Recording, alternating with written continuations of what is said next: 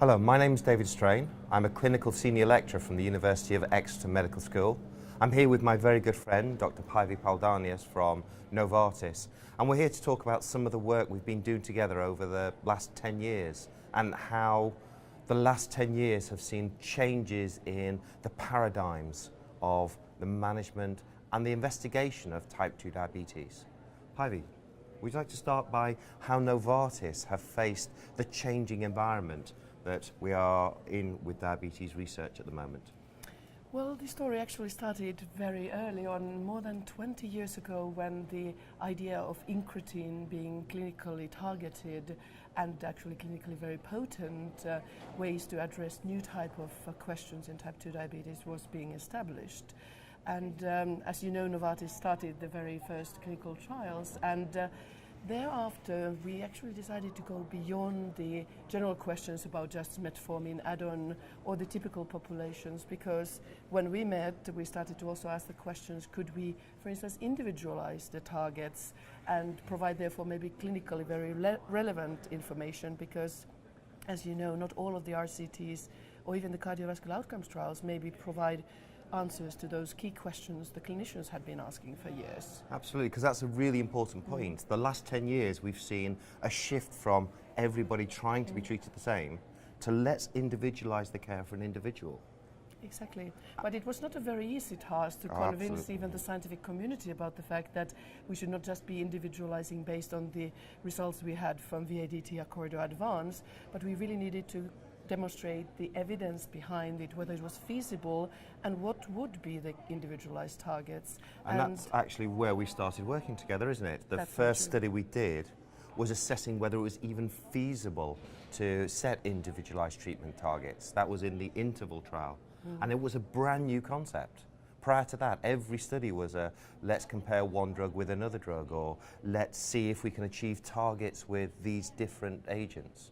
Whereas with the interval, for the very first time, we sat down with clinicians and people with diabetes together, and we said, let's look at all of your risk factors. Let's consider the frailty, the multiple comorbidities, and the other factors that are going to affect both quality and quantity of life, and try and determine whether we can individualize our treatment target for that person. However, that raised up several different concerns, for example, with ethics. That's very true, but I believe it would not have been possible with anything else than incretin-based therapies, and particularly with DPP-4 inhibitors, because somehow then the conceptual extension to not only patients with type 2 diabetes having their disease as a common denominator, but maybe social and cultural and religious factors, such as, for instance, fasting during Ramadan, became a reason to evaluate what was the clinical utility of such a class as DPP-4 inhibitors in management of patients during such a special time. And of course, the DPP-4 inhibitors have also given us that advantage that we are getting glycemic control without the risk of hypoglycemia, or at least a much lower risk of hypoglycemia. And we're seeing the weight-neutral benefits, which previously we'd never been able to do a study in a very elderly population where we had risk of hypoglycemia and the consequences thereof. We'd never have done this type of study that we've had in Ramadan, where to break the fast for an individual in Ramadan would be a devastating issue. And therefore, we've never been able to try that type of study before, had we? So David, then from the interval study, from the individualized targets, we kind of expanded our views to really understand that it was not anymore just the type 2 diabetes and its related comorbidities, which might have been the common denominator and the challenge, but we needed to consider the social, the cultural, and even religious environments of these patients in which they were living, for instance, through periods of Ramadan or other maybe special items which were influencing the clinical settings and the clinical utility of DPP-4 inhibitors in that setting over the previously used agents. Of course, because we were looking at a completely different demographic of our patients with type 2 diabetes. We're looking at a more worldwide picture, and we have a huge number of individuals who follow Islam, who have diabetes, and therefore we had to look at these. And the utility of agents to treat those patients was dependent not just on get the sugar under control, but we had to do so in a way that was tolerable and acceptable. Some of the older agents are sulfonylureas with their risk of hypoglycemia. and the issues that they had then with whether they would take the drugs or become non-compliant. And also, if patients don't take the diabetes drugs, very quickly the other agents fall off the back. So it's not just the hyperglycemic agents that get lost, it's the blood pressure and the lipid drugs. But would you say that it was fair now to state that after with DPP-4 inhibitor, when we now establish with DPP-4 inhibitors, for instance, safe and convenient use during Ramadan, that then the next agent generations to come would need to more or less meet the same criteria? So we've established a new standard and a new way to define what is the foundation of care, and all the new classes need to demonstrate at least the same or more. The last 10 years have seen a change in not just the nature of the studies and the populations, but actually the target set. 10 years ago, we were happy with a drug that would reduce HbA1c by 0.5% or by 1%. Today, it's not good enough just to reduce HbA1c. We have to do so in a way that doesn't cause hypos, that doesn't cause weight gain. And in some cases, in some populations, weight loss is an advantage. In other populations, it's actually better just to be weight neutral. But it also raised this big issue about the difference between randomized controlled trials and using drugs in the real world. Because we see these studies, and randomized controlled trials are a very specific environment. Multiple phone calls from the nurses, there are very motivated patients to participate. Clinical inertia doesn't exist at all within a randomized controlled trial. But then we move from that very artificial setting into the real world. And Novartis pioneered these real world data as well in diabetes. In the EDGE trial, which actually was with more than 45,000 patients around the world, somehow also highlighting what are the clinical challenges in variable clinical settings, because having now expanded to those hotspots of diabetes, we came to realize that the clinical reality was very different.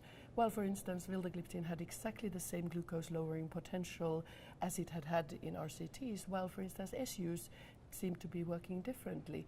And we don't necessarily think that the potency of the medications is different, it's just that we use them differently in clinical setting, and therefore we see less efficacious or efficacy being now effectiveness. And this is actually even leading to cost effectiveness being influenced by the fact that maybe we should not be using RCT, but real-world evidence as a foundation when discussing what is the cost of diabetes to society and which agents to be used. I mean, and this all comes from that very simple premise that with the incretin-based therapies, on the day that we start, we are starting optimal dose.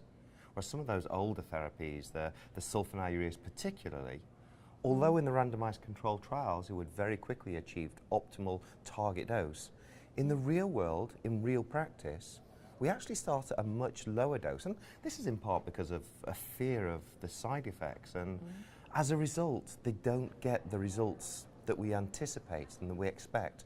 And therefore, you're not seeing the benefit. And that benefit really came into its own in the last 10 years. With the global depression, we had to start considering about cost effectiveness and is this actually going to achieve what we want? We started to look beyond the acquisition cost of a drug and actually say, what is the value of a drug? And again, I believe Novartis led on many of the aspects that are now commonplace and have set the standards for establishing these cost-effective models. I wish to think so, but for me also EDGE was providing with some components of clinical care which had not been explored previously, and items even related to female discrimination, or for instance creating epidemiological data in areas where there was no previous baseline knowledge about how the treatment facilities might have even influenced the choices or the social settings, were some of these great key learnings from EDGE. But the future will though tell us something more, even what will be then the future clinical utility of, let's say, vildagliptin and metformin in combination when we are verifying the future of diabetes. But what do you see there as potential? Well, we are looking at a very dramatically changing landscape in diabetes. I mean, I think everybody is aware of this. We have more new drugs in the last 10 years than in the last 100 years. And so every newer agent coming, every new class, we're having to establish whether the right position for those individual agents. And I think Novartis have been fortunate that they haven't been bogged down with demonstrating cardiovascular safety because of their pre-launch program, which means they've been able to look at the newer areas to treat people. And I think you're alluding to the fact that we are going to be seeing data finding out should we be starting drugs immediately on dual agents or triple agent therapy, possibly even in the future. Well, that's definitely yet to be verified. But in that context, then we need to take responsibility over also providing access to optimized care all around the world, because in trials such as Verify, all types of patient populations are being asked this very same question. And if we were able to define that the optimal way to go is with an early combination, it needs to be available for all patients. And I wish to therefore also take responsibility of providing access to even those patients with limited financial means, because that's the only way we can optimize the future of diabetes on this planet. And again, Novartis have been right at the front of this. We have this global access program providing some of the most advanced drugs in the world for people with diabetes and for hypertension and many of the other conditions within the portfolio for $1 a month, which is something that it represents the corporate responsibility that goes with producing these great new agents. But I also want to come back to one element that we found in EDGE, that there is this almost worldwide phenomenon of clinical inertia. Indeed. The patients are waiting for months, if not years, before the next agent is added, even though we know that patients benefit from good early aggressive management. And that really rings many alarm bells, because this is a 30-year-old phenomenon, this whole clinical inertia. It's been well documented. And yet, I have never in my entire career met any healthcare professional who didn't want to do the best for their patients. And that raised a whole new question that we've been working on what is the underlying cause of clinical inertia? We know it's there. We know that patients will wait months, if not years, to get those drugs. And part of the program that we've been working on together has been the time to do more. Would you like to tell me more about how this was established? So David, the last 10 years have been an interesting era, and during this time also, for instance, the mandate to demonstrate cardiovascular safety either in a meta-analysis or then in a trial in case one was not able to establish the criteria in clinical development programs such as we did with vildagliptin, have really shaped the way how we ask questions in a different way and utilize RCT but also real world data. And what do you then foresee as the next challenges when trying to optimize the management of diabetes? Well, we're in a rapidly changing landscape. I mean, as you mentioned, the cardiovascular safety demonstrations, which were all triggered in 2008 by the FDA, have actually changed the way we review and develop drugs. We've seen cardiovascular safety being demonstrated, and that has been very well achieved. More recently, there's been a few surprising developments where drugs have actually demonstrated an early benefit, but we have to get away from these very small, specific populations in those cardiovascular outcome safety studies and revert back to how do we treat our entire population. And I see the future coming as personalized medicine. We're going to be looking, is this the right drug for the right patient? We'll be selecting from a greater armamentarium of the agents. We're going to need better real-world data in order to establish, should this person receive this drug, whereas should that person receive a different drug? And as we get to profile the individuals both in the cardiovascular outcome trials and in the real-world data, we will get a much greater knowledge and a much greater ability to make sure the right person gets the right drug. And going forward, as the newer agents come out, they're going to have to see where they fit into a very established landscape. So David, you mentioned that indeed personalized medicine, individualization of therapy would be the future way to move forward, and therefore I believe with help of DPP-4 inhibitors we've been able to establish a foundation of evidence, an array of data which must be there to create a very confident situation for the clinician who, in collaboration with the patient, will try to optimize the therapy and the therapeutic choices at every stages of the disease, from the very early stages towards the end of this spectrum of disease. And we are seeing this with, as new agents are coming to light, It's not good enough anymore just to show we can reduce HbA1c. We have to say, how do we work in the newly diagnosed person with diabetes? Do we still work in those who've had diabetes for many, many years? Can we use this drug for older adults or for younger patients? Do we have the right background knowledge for their renal impairment or for the appropriate demographics, for the age, for the cultural differences? And we need to go back to the sources of science to understand when we can and when we cannot generalize. Because I believe then, on the other hand, we've been overwhelmed by data and evidence. So we need to be able to create some kind of order to this quite overwhelming, sometimes chaotic world, and understand which data is applicable for each single individual patient. But this is an interesting journey which we started, and 10 more years to go, and we know so much more about the management of diabetes. Absolutely, and standards have been set. The DPP-4 inhibitors have been there to set the standard for demonstrating efficacy, demonstrating safety, demonstrating its availability in these different populations at the